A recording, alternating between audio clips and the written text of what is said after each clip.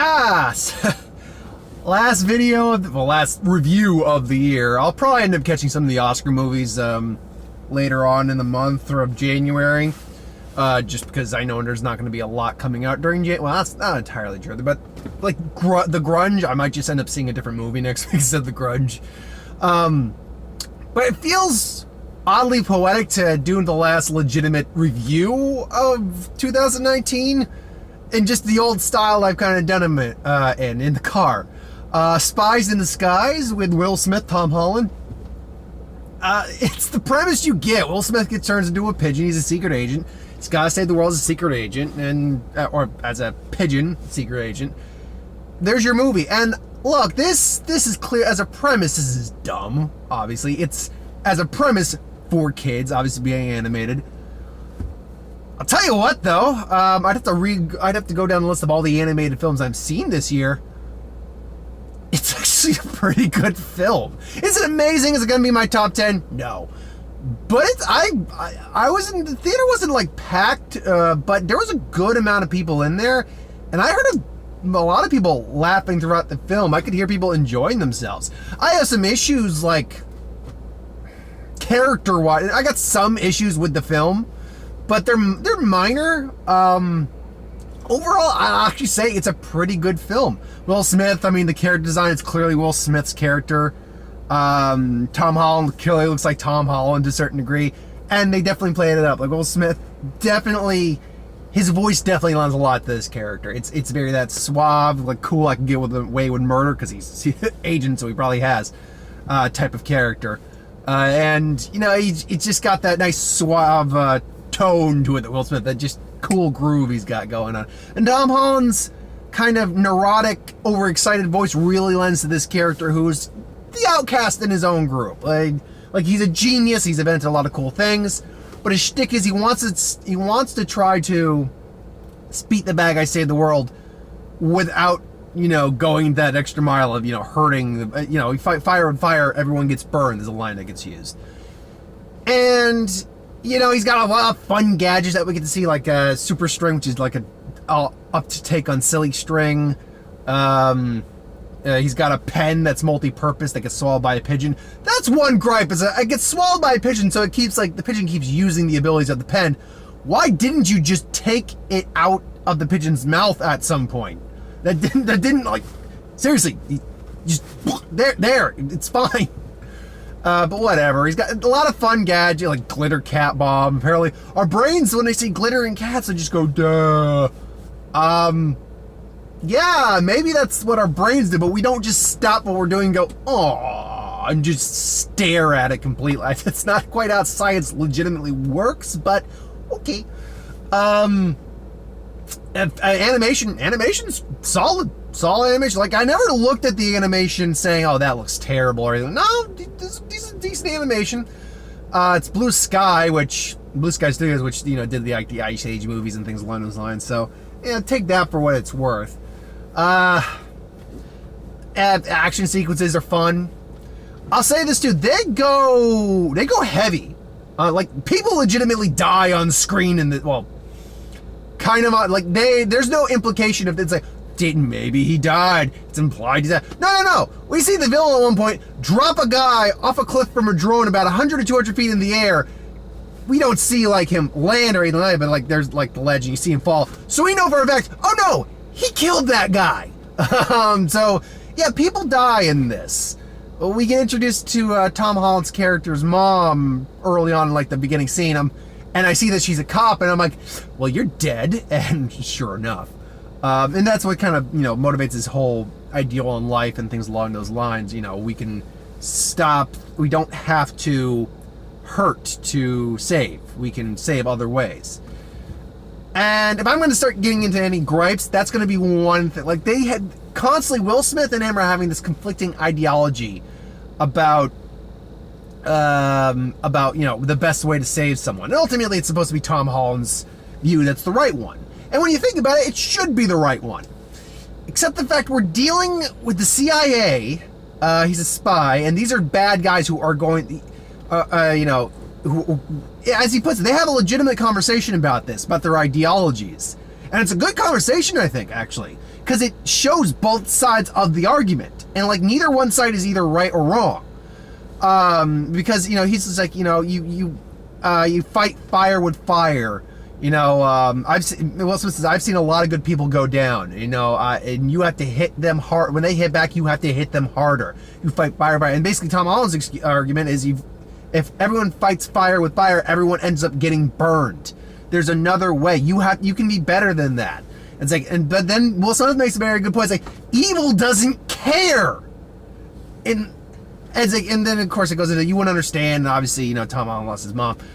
And I'm like watching this, and it's the entire thing where I completely understand where Tom Holland's coming from. I'm calling him Tom Holland. I can't remember, Walter's his name, but I'm calling him Tom Holland. Completely understand where Tom Holland's character's coming from.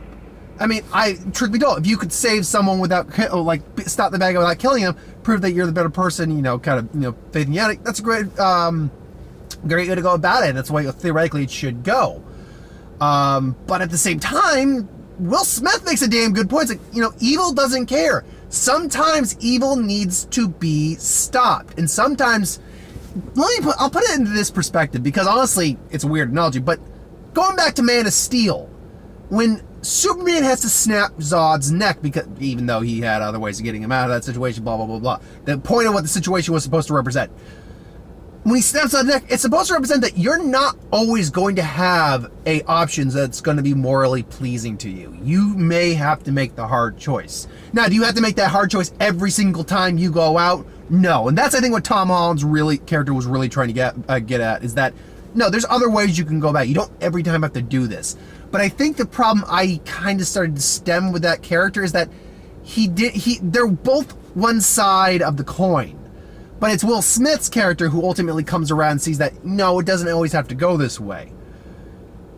I feel like, if they ever did a sequel to this, it's like Tom Holland's character probably would have to grow up a little bit, just to understand that in life you're not always going to have a morally pleasing solution. And sometimes you will have to make the hard choice, and that might weigh on you. That's unfortunately life. And I feel like they could have addressed that better for Tom Holland's character, but it's a movie for kids, so I'm not harping on that. What I will harp on, though, is the fact that he's constant. Okay, now, first off, yes, Will Smith accidentally changed himself into a pigeon in this movie. Let's get that out of the way right now. That is Will Smith's fault. But he's constantly trying to tell Will Smith why it's awesome to be a pigeon. Why? Oh, unless you want to stay a pigeon a little longer. Unless he's like, kid, shut up and let him turn back into a human. Like, seriously, he doesn't want to be a pigeon. Plus, you clearly didn't perfect it. So the amount of time going from pigeon to human, even though we see in the last end of the scene, it's clearly he's now got an easy way of doing it. It doesn't work. Why would anyone willingly want to be a pigeon? He's like trying to convince all like pigeons are great for spy work, and in a sense he's right, but in the other sense it's like, what?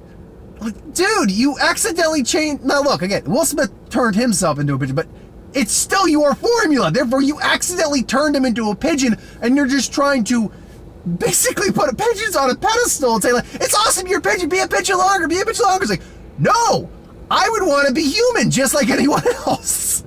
It's like, why? Like, dude, I get it. I did it to myself, but this is your formula, meaning you made it, meaning this is partly on you. And he even says, I feel like this is kind of my fault. You think? You made it. Please change me back. They also take some really risque jokes. Like they talk about a cloaca. Now, if you're familiar with your anatomy, zoology, and biology, a cloaca is something a lot of reptiles and birds have, and I think fish do. Which is essentially that's where all your excrement comes out. You don't have one or the other. It's, yeah, you only got both. So, yeah. It's a little awkward in that sense. I'll also say the villain, well, it's clearly not one note per se, he's a very effective villain in many ways. He's very menacing, very voiced by Ben Mendelsohn, and they do give you backstory on him, and it's like, yeah, okay, that makes sense. The ramifications of your actions coming back to haunt you. That made sense to me. And he's just cool. Like, he's menaced. He's got like an army of drones, the metal robot claw. He's just a cool looking like designed bad guy, very James Bondish. Ramped up for an animated film. On the whole, yeah, I mean, it's weird to say, this is one of the better anime. Like, if I were to just quickly go off the top of my head, the anime films I've seen this year, there was Wonder Park, which was, I got what they were going for. It was so-so. Ugly Dolls, which sucked. Missing Link, which was really good. Toy Story 4, which was solid. I liked it. Angry Birds 2, which I was not a big fan of Angry Birds 2. A lot of people, like the critics, actually really liked Angry Birds 2. I was one of the people who didn't. I mean, I didn't hate it. I actually thought the first one's probably a little better, but whatever. Addams Family, which I actually thought was pretty entertaining. There's more. I didn't see Arctic Dogs, unfortunately. I feel like I saw more than that. Oh, Frozen 2, obviously. I'm sure there's probably a couple I'm missing on that, but ultimately, yeah, this is honestly in the upper half of the movies I've seen this year in terms of animated movies. So, good on you, Blue Sky. You made a film I liked. That's not to say Blue Sky hasn't made films I liked. I liked a couple of the Ice Age films. Never saw any of the Rios. I can't remember off the top of my head some of the other films they've done. Put in the comments below if you know other films that Blue Sky's done. Of course, by the time I say that, I'll be at home uploading this, and I'll just check online what they've done. But no, on the whole, if you want a good animated film, you've already seen Frozen God knows how many times, check this out. It's a fun time. It's a different type of movie, too, than Frozen. So you'll get a good time. You'll get your money's worth, especially if you got kids. There was a lot of kids in the theater, and I could tell they were having a good time. So yeah, that's my thoughts on that. Thanks for watching. I hope you enjoyed. Like, comment, share, and subscribe. As always, you want us to review something, put in the comments below. Let us know. We'll do a review of it at some point. I'll probably not be able to do the what if today. I'll just do it tomorrow, which theoretically would have been the time I normally would have done it, but I'm trying to do schedule, which didn't work out for this week because A, Christmas, and B, it was a week of where I decided to try the new schedule out. But ultimately, that will still be the new schedule. But yeah, I guess I'll just do save it for tomorrow. I got any other plan? I mean, who would win, what if, and box office tomorrow. I still got to upload my who would wins too for today. Do I got anything else planned? I mean, the movie this week, if I do go out to see it, is The Grudge. I don't really care that much for The Grudge to begin with. So I might I'll be honest, I might take a pass on the first year and just see when the other films that came out this year. Because we still got a couple films, like Richard Jewell's still in theaters.